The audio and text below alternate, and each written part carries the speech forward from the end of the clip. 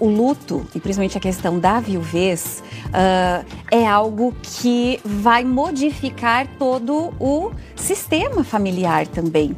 Então, tanto a própria pessoa que enviuvou, mas os filhos, os enteados, a família, todos estão de luto pela pessoa que se foi.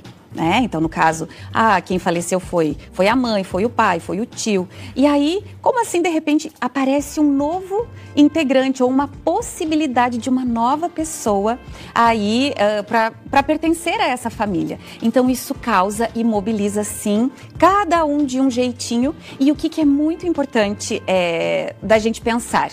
A autonomia de cada um. O amor, a alegria, a leveza, a reconstrução, quando isso for necessário, é tão importante, tão Porque importante. Ela não foi responsável por aquela separação, foi uma separação forçada. Na morte, você não tem como... Uma escolha, né? A morte não é uma escolha. Sim. A separação é uma escolha, um divórcio. E em ambos os casos, seja uma morte simbólica por uma separação, por um divórcio, que é muito dolorido, ou no caso da viuvez, da morte real, o luto, ele se impõe. E é muito dolorido. Né? Tudo bem a pessoa não querer conversar, se relacionar mais? Você já viu vida saudável de alguém que tenha dito não? Eu subi ao altar, eu prometi que ficaria com ele para sempre, apesar de que mesmo ali na celebração se diz até que a morte os separe. Está dando ali uma deixa para que a pessoa entenda que a vida dela não precisa acabar em todos os aspectos, né? A partir daquele momento, da viuvez. Mas o que fazer?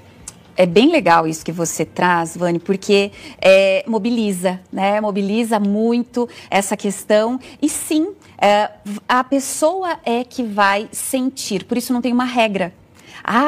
Depois de tantos dias, depois de tanto tempo, nossa, como assim vai ficar sozinha? Como assim vai ficar sozinho? Não é uma regra, tá? Então, o que nós pensamos enquanto saúde mental da pessoa que está viúva?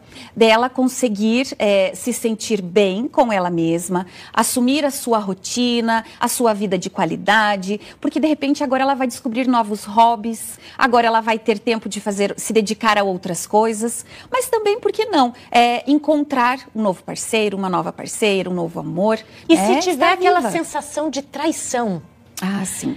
De imaginar que o outro esteja a par daquilo ali tudo, desse novo passo. Isso acontece muito, mesmo no processo de elaboração desse luto. Porque o luto, a morte, ela é um ciclo, um looping. Então, tem horas que está super bem, daí tem horas que vai dar tristeza e tem horas que vai dar saudade. Tem um teórico, William Orden, ele vai dizer que quando o enlutado chega na 4ª fase do trabalho de luto, que é colocar essa pessoa num outro lugar. Então, se essa mulher enviuvou este marido, que não está mais aqui nesse plano, ele vai ocupar um outro lugar. Um lugar simbólico, não mais de homem, de companheiro. Até porque aquele que vem só chega se tiver espaço e o novo não cabe onde tem... Exatamente. E isso se aplica tanto para a elaboração desse luto de pessoas que não estão mais aqui, como na questão da separação. Por isso que nos casamentos, nos relacionamentos, após um término, um rompimento, existe muita dificuldade quando a elaboração desse término não foi feita de forma adequada. Então, dar tempo ao tempo, respeitar também. Respeitar esse luto, respeitar. E que é único para cada um. Para algumas pessoas pode ser que seja mais rápido, para outras demora mais, para outras, de repente, nem queira. E tá tudo bem. Eu já ouvi gente dizendo, mas o problema é que agora eu comparo o tempo todo. Sim. Porque, eu amava muito. E aí, ele não me abraça do mesmo jeito que o meu marido, falecido marido, me abraçava. Sim. Eu não fala desse... Sim. Como parar de comparar? Sempre vai ter um comparativo a partir de experiências prévias. Então, não existe comparação se não existiu experiência. Em tudo na vida, vamos pensar, estudo nessa escola, vou trocar de colégio.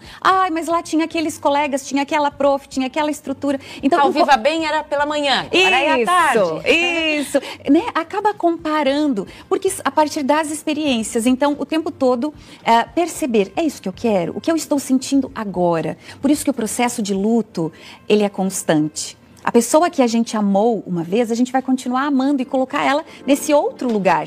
Tá? Então não é que vai apagar. Algumas viúvas e viúvos dizem assim, como que eu lido com tudo isso? Né? Não vai se desfazer das coisas, não tem como apagar uma história. Isso ou, não é por saudável. exemplo, uma senhora que tenha planejado uma viagem para Roma com o esposo, ou o marido, enfim. E aí, de repente, ele perde aquela mulher e 2 anos depois, 3 anos, viaja com uma outra companheira para Roma. É um novo sentido, é um novo lugar, é uma nova experiência, é uma nova pessoa. Mesmo que o sonho tenha sido, né, com a semente plantada. Vai lembrar, sim, claro. Mas é sempre essa questão do sentido. Faz sentido? Eu quero um novo relacionamento porque todos dizem que eu preciso, que ninguém pode ser feliz sozinho, ou porque de fato eu quero, ou porque de fato eu me apaixonei por essa pessoa, ou porque eu me sinto confortável.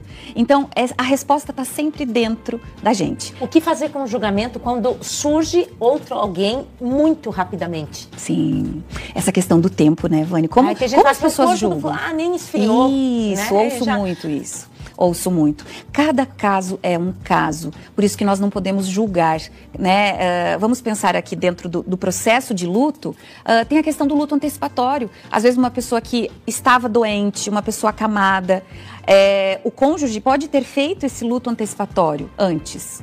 Sabe? Então, eu já vinha se preparando para essa morte. Para essa despedida. Para essa despedida. A gente não sabe. Cada caso é um caso. Por isso, digamos, se tivesse uma dica, né, ou um segredo, uma ferramenta para quem está nos ouvindo, seria: não se compare. A tua história é única. Você é um ser autônomo da própria vida. O que fazer nestes casos? Cuide de você em primeiro lugar. Então, antes de se apaixonar por uma outra pessoa, apaixone-se por você. Seja viúva ou não, para a gente ter um relacionamento saudável, positivo, afetivo, primeiro a gente tem que estar bem com a gente mesmo. A pessoa não precisa necessariamente tatuar livre aqui para ser, né? Ela tem uma tatuagem muito peculiar. Você olha pro peito dela, tá ali, ó, escancarado. Tem coisas livre que a gente precisa olhar todos os dias para lembrar. Óbvio, tem que ser dito também, né? Exatamente, Vânia, exatamente. Qual é a graça da liberdade? Qual é o poder disso? Por que vale a pena lutar por ela? Isso. Eu brinco com os meus pacientes que o autoconhecimento é um superpoder e a liberdade, ela tem um preço, né? O filósofo Sartre diz, a liberdade, nós somos condenados a sermos livres, porque nós podemos fazer o que quisermos, podemos escolher, mas nós arcamos com a consequência da nossa escolha. E às vezes até não escolher já é uma escolha. Então, quanto mais eu tenho consciência do que eu faço, quanto mais eu me responsabilizo por quem eu sou, mais de fato eu sou livre. E aí, parafraseando lá Caetano Veloso, aí sim eu consigo conhecer a delícia, a dor e a delícia de ser o que é. Acontece do novo namorado ou, né, do novo marido sentir ciúmes daquele que não está mais aqui? Claro. E isso é tão importante a comunicação no relacionamento. De falar, mas isso eu me sinto enciumado, como que é isso?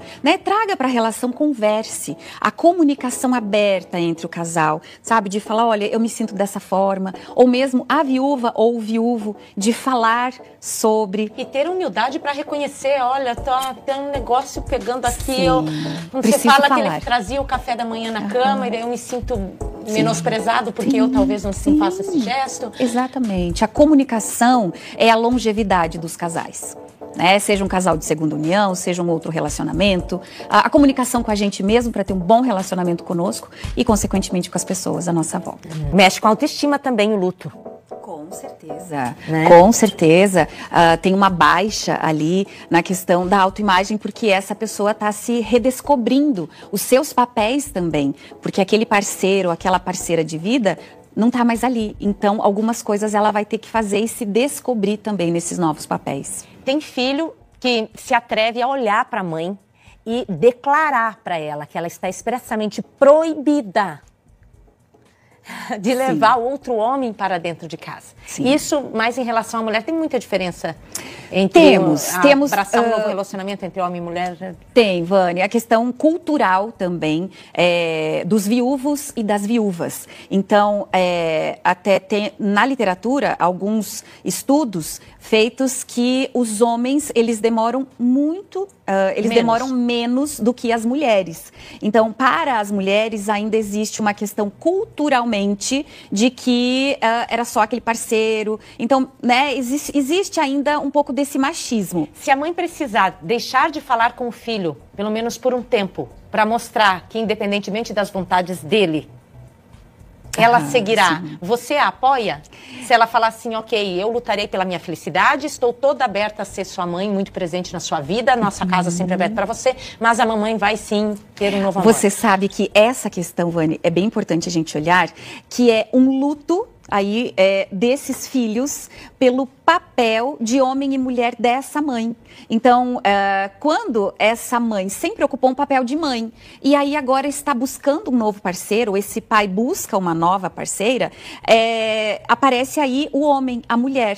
Então, mas como assim, né? Que acontece? E os papéis desse filho dentro do sistema familiar também acabam modificando. Então, precisa cada um olhar para si e o respeito. A palavra de ordem é o respeito e a responsabilidade, cada um por si. Porque ela é mãe, ele é pai, mas é homem, é pessoa, é autônomo, é livre.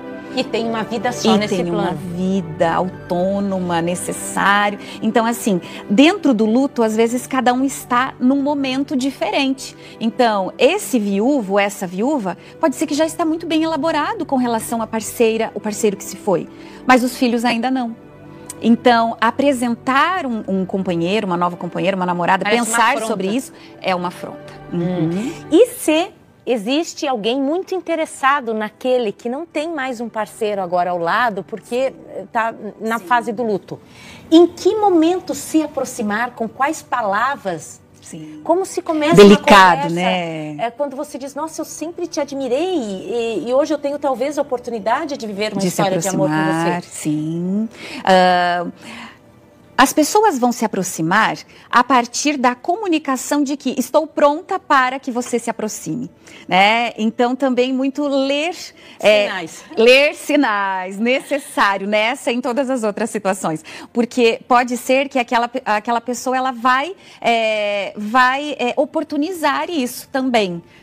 Então, não deixe escapar uma oportunidade, mas também, assim, perceba, evolua esse relacionamento. E o principal aqui, quem está se aproximando de um viúvo ou de uma viúva, respeite o luto, respeite a história, respeite essa experiência que essa pessoa já teve. Não ter nada contra o passado alheio, né? Obrigada. Um beijo, obrigada a você. Tenha uma ótima tarde. Obrigada, querida, você também.